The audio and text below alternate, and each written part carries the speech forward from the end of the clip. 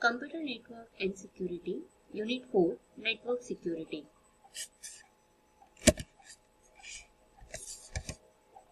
Objectives of this unit are firewalls, security topologies, IP security, and email security. Here we are going to discuss about a firewall, which is one type of device which is designed to control the flow of traffic into or out of network. Also about the different topologies like DMZ, Internet Zone, Intranet Zone, VLAN. Discussion about the IP security and email security. Firewall. A firewall is a device, that means a hardware or a software that is designed to control the flow of traffic into and out of a network. Firewall can be either a hardware or software. It provides the following facility like it blocks the incoming network traffic, it blocks the outgoing network traffic, it makes the internal resources available, it allows connections to internal networks, it reports on network traffic and firewall activities. Now see here, these are the different networks. This is a LAN network and this is a WAN network.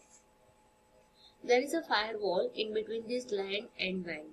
So this firewall provides the security when the data is passed from this LAN to WAN or from this WAN to LAN. In other words, we can say this firewall is a specialized version of the router. There are some few characteristics of the good firewall, like all the traffic must pass through firewall. Authorized traffic should be allowed. It should be strong. There are also few limitations of the firewall. It is not able to detect insiders intrusion. It cannot pass direct internet traffic. It doesn't identify or analyze the virus attacks sometimes.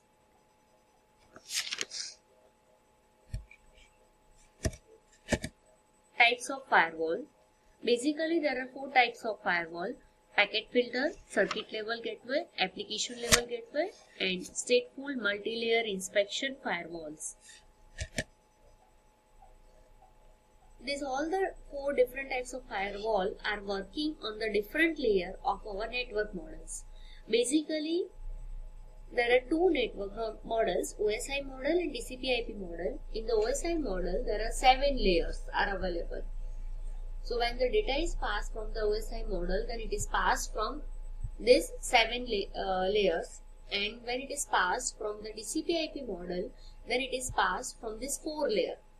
So the task of both the model are same, but here all 3 layers are working as a single layer in the TCP/IP, and same way from the OSI, first 2 layers are working as the same layer in this TCP/IP. So different types of firewall are worked at different layers of these models. First is a packet filter firewall. On the internet, packet filtering is a process of passing or blocking packets at the network interface based on source and destination addresses, ports, and protocol. The process is used in conjunction with packet mangling and network address translation. This packet filtering is also a part of firewall program for protecting a local network from the unwanted intrusion. And basically this firewall works at the network layer of OSI model and the IP layer of the TCP/IP model.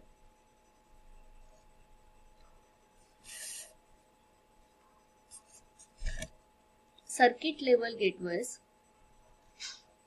It works at the session layer of the OSI model or TCP layer of the TCP/IP model.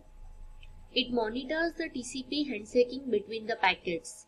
So basically the main task of the circuit level gateway is a TCP handshaking.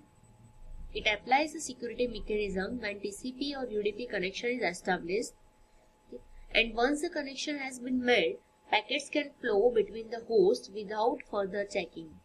It is useful for hiding the information about the protected network. So it provides some security on the secure data.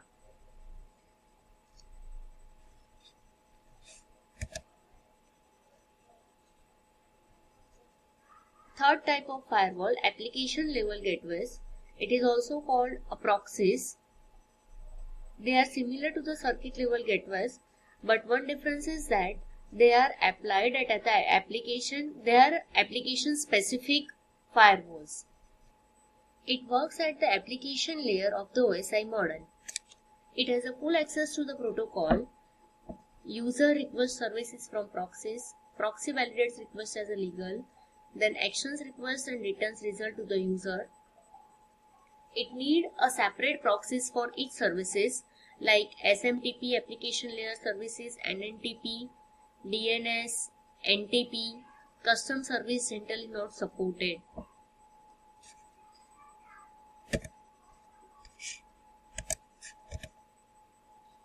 See here, this is the inside host and this is a PC which is out of the network. This inside host and outside hosts want to connect with each other. That means they want to pass the data from each other. So here at the application level gateways, there are different protocols are available. Out of this, through any protocol, they are able to pass the data from inside to outside or from outside to inside. Inside this protocol, some specific applications are installed. So if the data is eligible or eligible for that particular specific applications, then only then it is able to pass from one host to another. The last type of firewall, stateful multi-layer inspection firewall. It combines aspects of the other three types of firewall. They filter the packets at network layer, determine whether the session packets are legitimated, and evaluate the content of the packet at the application layer. It allows a direct connection between the client and host. It offers high level of security, good performance, transparency to the end users. Next topic is Kerberos authentication. So Kerberos is a one type of network authentication protocol which is designed to provide a strong authentication for the client and server applications by using a secret key cryptography. It has a following characteristics, like it is a very secure transaction. So it never sends a password unless it is encrypted. Only a single login is required per session. So credentials defined at the login are then passed between the resources without the need for the additional logins. Here the concept depends on the trusted third party. KDC, Key Distribution Center, that is a third party. Ticket granting server, a client that wishes to use a services has to receive a ticket, a time-limited cryptography message giving it access to the server. And authentication server, AS, it is used to verify the clients. So basically these are the main three parts of the Kerberos Key Distribution Center. Now here see the architecture of Kerberos authentication. Here this is the main client. It want to access the data from this server. So before request to get the data from the server, it have to pass from the Kerberos authentication protocol. Now this is a third party, Kerberos Key Distribution Center. It is known as a KDC. So through this KDC, it have to take a ticket, and after taking that ticket, this client have to show that ticket to the server, and then server is able to identify this client is authorized client and then give the reply whatever request is done by this client. But once per service session is established. So here the first step, if this client wants to take the data from the server, then the first step is, this is the first step. Okay. So before going to the first step, what is this Kerberos Key Distribution Center? Which are the part of this? So the first part is this authentication server. The task of authentication server is to verify the clients. The next is, it is connected with the database. In the database, the authorized users, login of the authorized users are stored. And the next part of this KDC is ticket granting server. It gives a ticket. It assigns the ticket. Now, the first step of the client is it Kerberos authentication server request. So the user logs onto the workstation and requests the services on the host.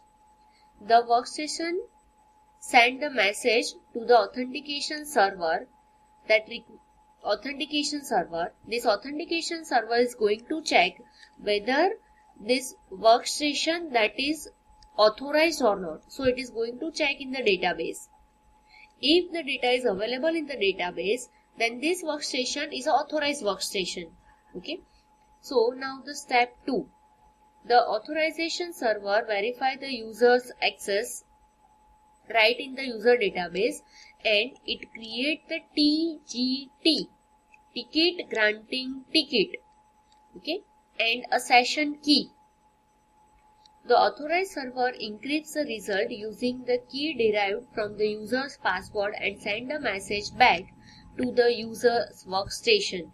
So in the second step, this AS, it replied or it gives the ticket granting service and the session key to this workstation.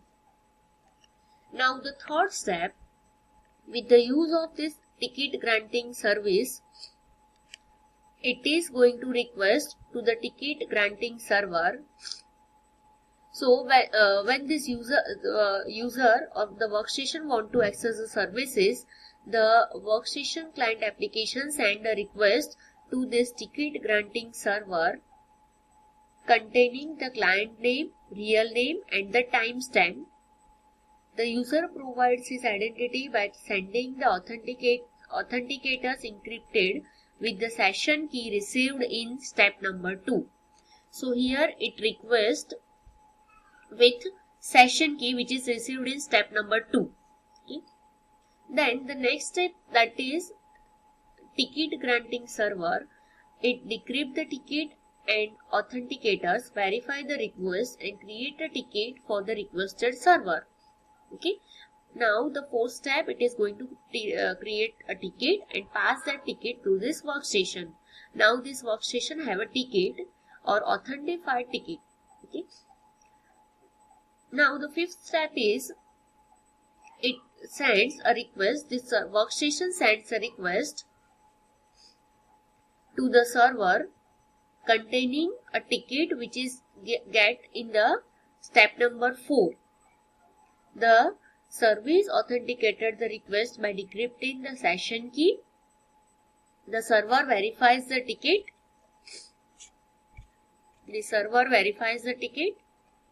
And authenticate match and then grant access to the services. And the last step is, if mutual authentication is required, then the server will reply with a server authentication message.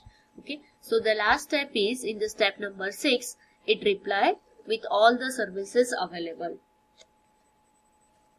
So this Kerberos authentication is a one type of network authentication protocol which provide a strong authentication for the client and the server applications by using secret key cryptography. Now the next is security topologies. Security zones are different portion of the network with different security settings and Concerns. Types of security topologies are DMZ, Internet Zone, Intranet Zone, VLAN. DMZ, Demilitarized Zone. It means what is essentially a buffer between the internet and the internal networks. It is separated by the outer firewall on the internet facing side of the DMZ and the inner firewall on the internal network side of the DMZ. A device which is placed within the DMZ are accessible from both the internet and the intranet. There is no communication, however, from the internet directly through the DMZ to the internal network. Any system placed on the DMZ must be configured to the highest level of the security possible. Server places in the DMZ are web server, FTP server, email server or the email remote access server. The configuration of DMZ include outer firewall between the internet and the web server processing and inner firewall between the web server and the application server. See here, this is one enterprise local area network and this is one internet network. The DMZ is there in between these two type of network. So it is a one router. In the DMZ network, there is a one router which contains a web server and the mail server. Internet Zone. The internet is a name given to the entire public network which provides the infrastructure for the transfer of data between the remote points. Such data can take the form of email, web pages, files, multimedia and just about anything else that exists in digital form. In the computer, the internet is identified by the IP address. A special computer DNS is used to give the name to the IP address. See here, this is the internet. Okay, internet that is connected with the main site, remote site or the off-site users. Intranet zone. Intranet can be described as a mini internet built within the safety of the secure networking environment. Intranet are typically used to provide internal corporate websites for employees only for the access.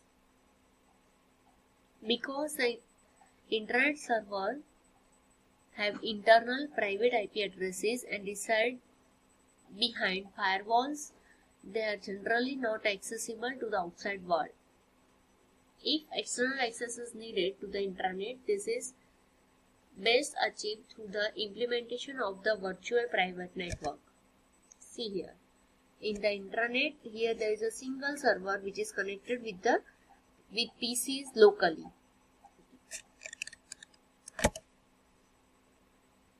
Here, the concept of internet and the intranet. Internet, that means a worldwide network which may be connected with any customers or any local area network or any company's network. For example, this is a one company's network. So this small network that is known as an intranet, which is there inside only that company.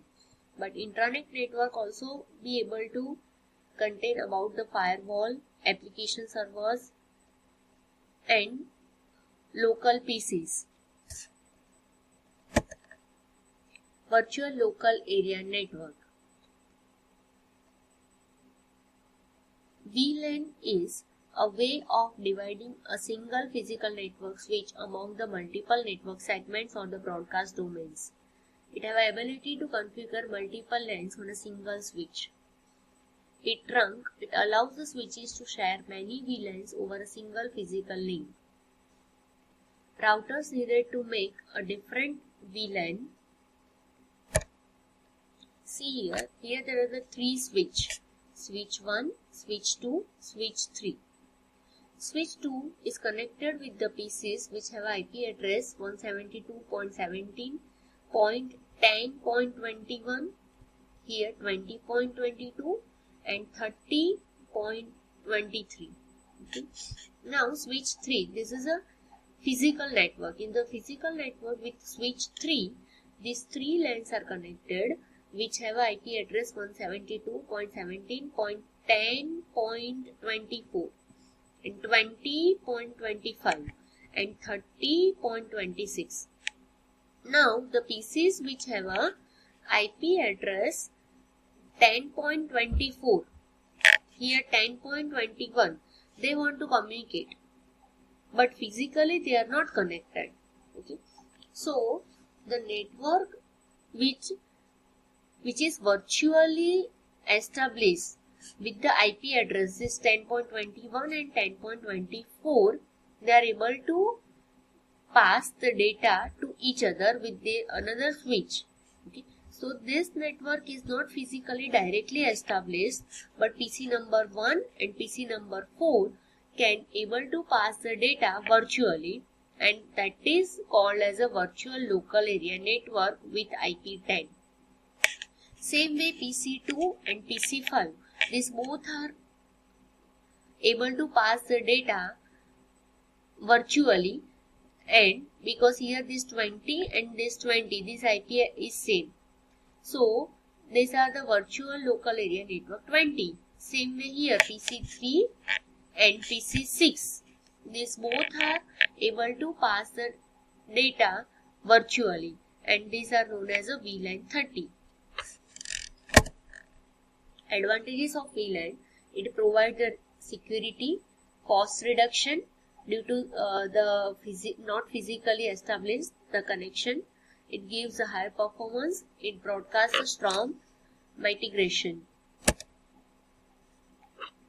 Next topic, tunneling. Tunneling is a one type of technology that enables a network to securely send its data through an untrusted on-the-side network infrastructure. It works by encrypting and encapsulating the secure traffic within packets carried by the second network. VPN is the best example of the tunneling. IP security, it is also known as IPsec. It is a protocol suite for securing internet protocol communication by authenticating and encrypting each IP packet of a communication session. Here, this is the architecture of the IP security. In the IP security, basically, it is divided into two parts. The first is the ESP protocol and the second one is AH protocol. ESP protocol, okay, first IP security, it provides the security in CIA model. Confidentiality, integrity and availability model. So this ESP encapsulating security payload, it provides the security in the confidentiality of CIA model. So it passes the data very confidently, and it uses a different encryption algorithm to provide the confidentiality. Now, this AH protocol, authentication protocol, it provides the authentication on the data and packets, and authentication is provided with the different types of authentication algorithm. It also provides the integrity on the data. So these three different tasks is divided into these two protocols. Now this domain of interpretation, DOI, it identifies and authenticate all the data. Now this key management protocol, it is used to handle the keys. The key management protocol handles the key with two different methods, manually and automatically. Manually, that means simply by using the IP secure algorithm, and automatically, that means it is used some protocol to generate a key. So it establishes the different keys for this different encryption algorithm and different authentication algorithm. So IP security, that is basically an open standard, and IP security uses the following protocol to perform the various functions. like authentication headers, encapsulating security payloads, and security associations. Email security. Strategies to make the email secure, that use the email encryption software to encode your message. This is the first strategy, and the second one is use a secure connection system between your own machine and the server. So basically there are two main strategies to make your email secure and private. Thank you.